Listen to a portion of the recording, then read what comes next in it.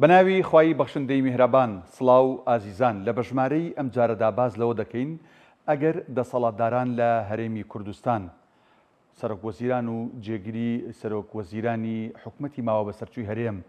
لە سەرەتای ئەم ساڵی 2025ەوە ڕێککەوتنێکی گشتگیریان لەگەڵ بەغدا بکردایە داهاتی نانەوتیان لە کاتی خۆیدا ڕادەست بکردایە و نەوتیان ڕادەست بکردایە نیان خستایە تا کۆتایی ئەم ساڵەوە ئەوە ئەم ساڵ 15 تریلیۆن دینار بۆ هەرێم دەهات و هیچ موچەیەکیش لەم ساڵدا نەئەفۆتە با بزانین چۆن. باشە پارەی هاتوو لە بەغداوە لە ماوەی ئەم هەشت مانگەیە کە موچە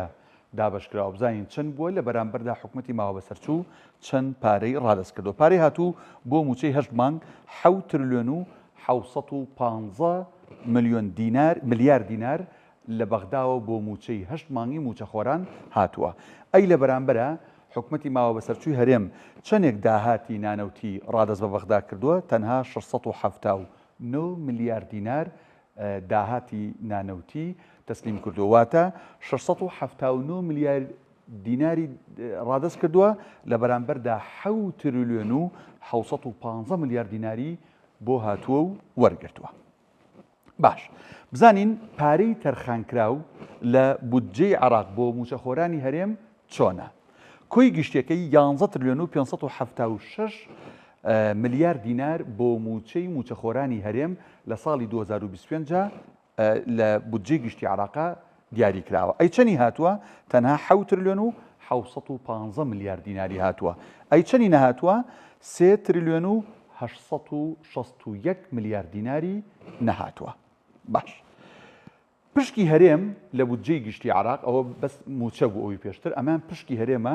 لە بودجەی عێراق بۆ ساڵ 2025 20 تریلیۆن و 910 ملیار دینار کۆی ئەو با بڵین پشکی هەرێمەیە کە لە بودجەی گشتی عێراق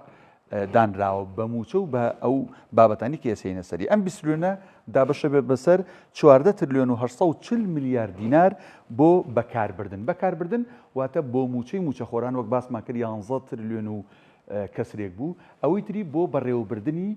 دام و دەستگاکان و وەزارەتەکانی حکومەتی ماوە بەسەرچووی هەرێمە. بۆ وەبەرهێنانیش لە بودجەی ساڵی 2025 4 تریلیۆن و 959 ملیار دینار دانراوە بۆ وەبەرهێنان. بەڵام نە ئەمە هاتووە نە ئەمە بە تەواوەتی هاتووە چونکە وەک لە سەرەتادا باسمان کرد حکومەتی ماوە بەسەرچووی هەرێم هەر لە سەرەتای ساڵەوە نەوتی ڕادستی حکومەتی عێراقی نەکرد و داهاتی نانەوتی لە کاتی خۆیان وەکو پێویست نەناردووە بۆ بەغدا بۆیە ئەو پارەیە نەهاتووە. کەواتە ئەوەی بۆمان دەرکەوت لە بەژمارەی ئەم جارەدا ئەوەیە کە بەرپرسانی حکومەتی ماوە بەسەرچووی هەرێم بەهۆی کەم تەرخەمیان بەهۆی ڕادەست نەکردنی نەوت بەهۆی نەناردنی داهاتی نانەوتی لە کاتی خۆیان و ئەو بڕێی کە بەغدا داوایەکە 15 تریلیۆن دینار ئێمە زەرەرمان کردووە کە ئەوە بەهاتایە و موچەش ئێستا کە ئەنی باز لەوە کرێ موچەخۆران ترسیاوانەیە کە دوو موچیان لەم ساڵا بفۆتێ ئەو دوو موچەیەش نەئەفۆتە. بەڵام بەرپرسانی حکومەتی ماوە بەسەرچووی هەرێم لە کۆتاییەکانی مانگی نۆدا نەوتیان ڕادستی بەغدا کرد و ئێستا فریان ناکەوێت بەغدا کە موچەی تەواوەتی بدا بۆیە ترس هەیە کە دوو موچەی موچەخۆران لەم ساڵدا فۆتێەوە لە کاتێکدا پارەی وەبەرهێنان پارەی با بڵین ئەوەی کە دام و دەستگاکانی حکومەتی پێبەڕێوەچێ ئەوانش هیچی لە بەغداوە نەهاتوون هەمووشی کەم تەرخەمیەکەی بۆ حکومەتی ماوە بەسەرچووی هەرێم دەگەڕێتەوە.